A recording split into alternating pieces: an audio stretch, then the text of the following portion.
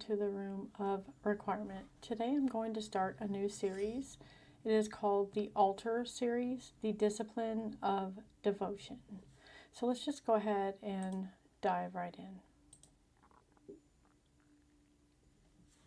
There comes a moment after seeking ends when something unexpected happens. The silence no longer feels empty. It feels inhabited.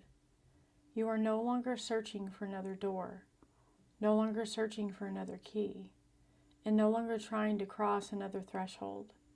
You are standing still. And in that stillness, something shifts. You realize the temple doesn't need another room. It needs an altar, and you are the one who must become it. When seeking dissolves, there's often a period of disorientation.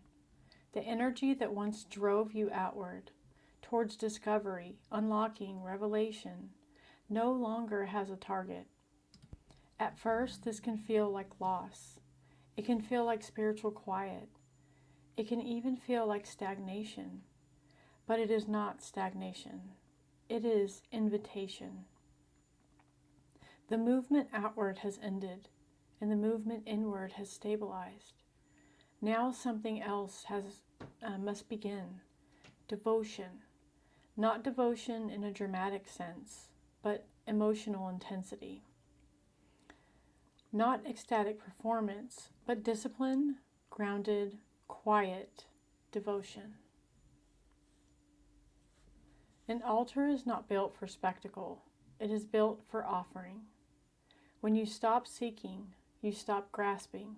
And when you stop grasping, your energy is no longer dispersed across endless exploration. It condenses. Condensed energy must be directed.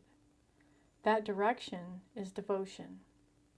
Seeking asks, what else is there? And devotion asks, what is here? Seeking reaches outward. Devotion roots inward. And seeking wants expansion. Devotion cultivates depth. When you build an altar, you're not asking for access. You are acknowledging presence. And the inner temple stabilizes you. The altar sanctifies you.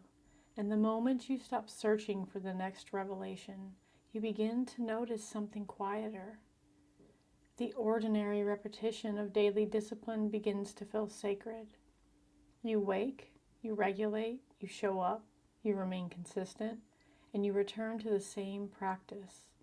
You refine the same posture. You tend the same internal space. At first, this feels like structure. Then it becomes reverence. Devotion is repetition infused with intention. It is discipline without resentment. It is showing up even when nothing dramatic occurs. And here is the deeper truth. You do not kneel at an altar. You become it. The altar is not furniture inside the temple. It is the point of alignment between heaven and earth. When seeking ends, your body becomes the meeting place. Your nervous system begins the stabilizing structure. Your breath becomes the offering. Your discipline becomes the ritual, and you are no longer wandering through the temple exploring rooms. You are standing in one place and allowing presence to descend into you. Devotion feels different than seeking because curiosity expands while commitment deepens. Devotion is not emotional intoxication. It is discipline constancy. It is the returning to the same practice even when it feels ordinary. And it is tending your structure without drama. There is something profoundly destabilizing about devotion because it removes negotiation. When you are still seeking, every day contains uncertainty, and every practice is optional. Every path is revisited, and every decision is reevaluated. Devotion ends negotiation. You have chosen, you remain, and that remaining produces peace.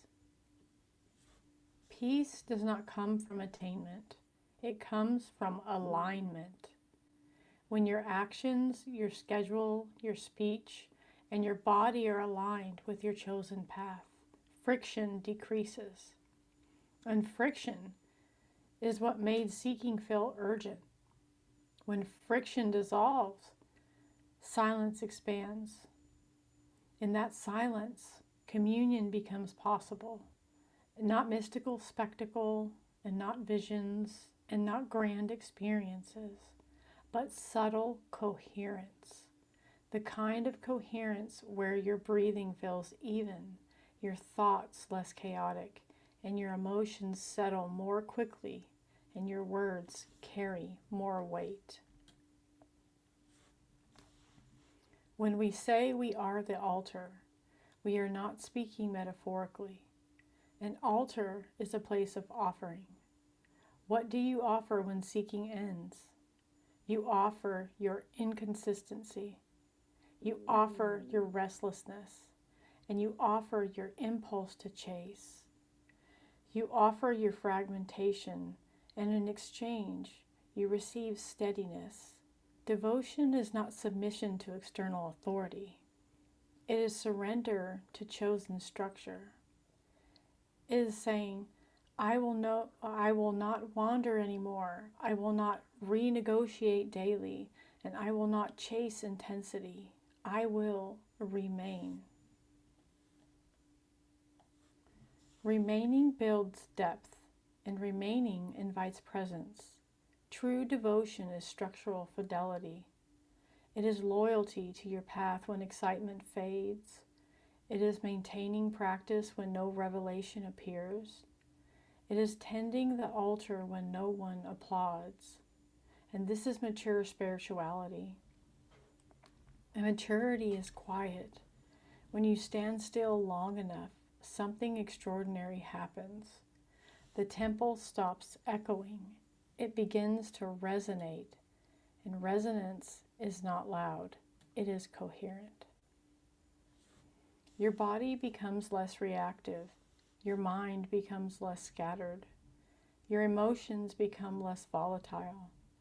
Not because you suppress them, but because you stop dispersing your energy outward. You condensed it inward. The altar is the point of condensation. It is where your will stops grasping and begins offering. And offering ends anxiety. Anxiety thrives on uncertainty. Devotion thrives on commitment. When you commit and remain, the nervous system relaxes. Peace emerges not because life is perfect, but because you stop dividing yourself. And when division ends, communion begins. The temple does not need another door. It needs a flame, and that flame is tended daily. Devotion stabilizes the altar, but devotion alone is not communion. In the next episode, we move deeper into the altar and examine what happens when discipline becomes presence, when silence begins to speak, and when peace is no longer something you chase, but something you inhabit. We will explore divine communion not as a mystical spectacle, but as a grounded coherence. And we will ask a difficult question. When you stop seeking and begin listening, what answers? Okay, you guys, this is all I have for you today. Please stay tuned for part 2, and I have another series after this one that will be called the Coherence series, and then I will do another video that is more academic. I like to do these series and then put in a break of an academic class and then, start another series. So thank you guys for sticking around. Thank you guys for being here. I really appreciate each and every one of you, and I will see you next time.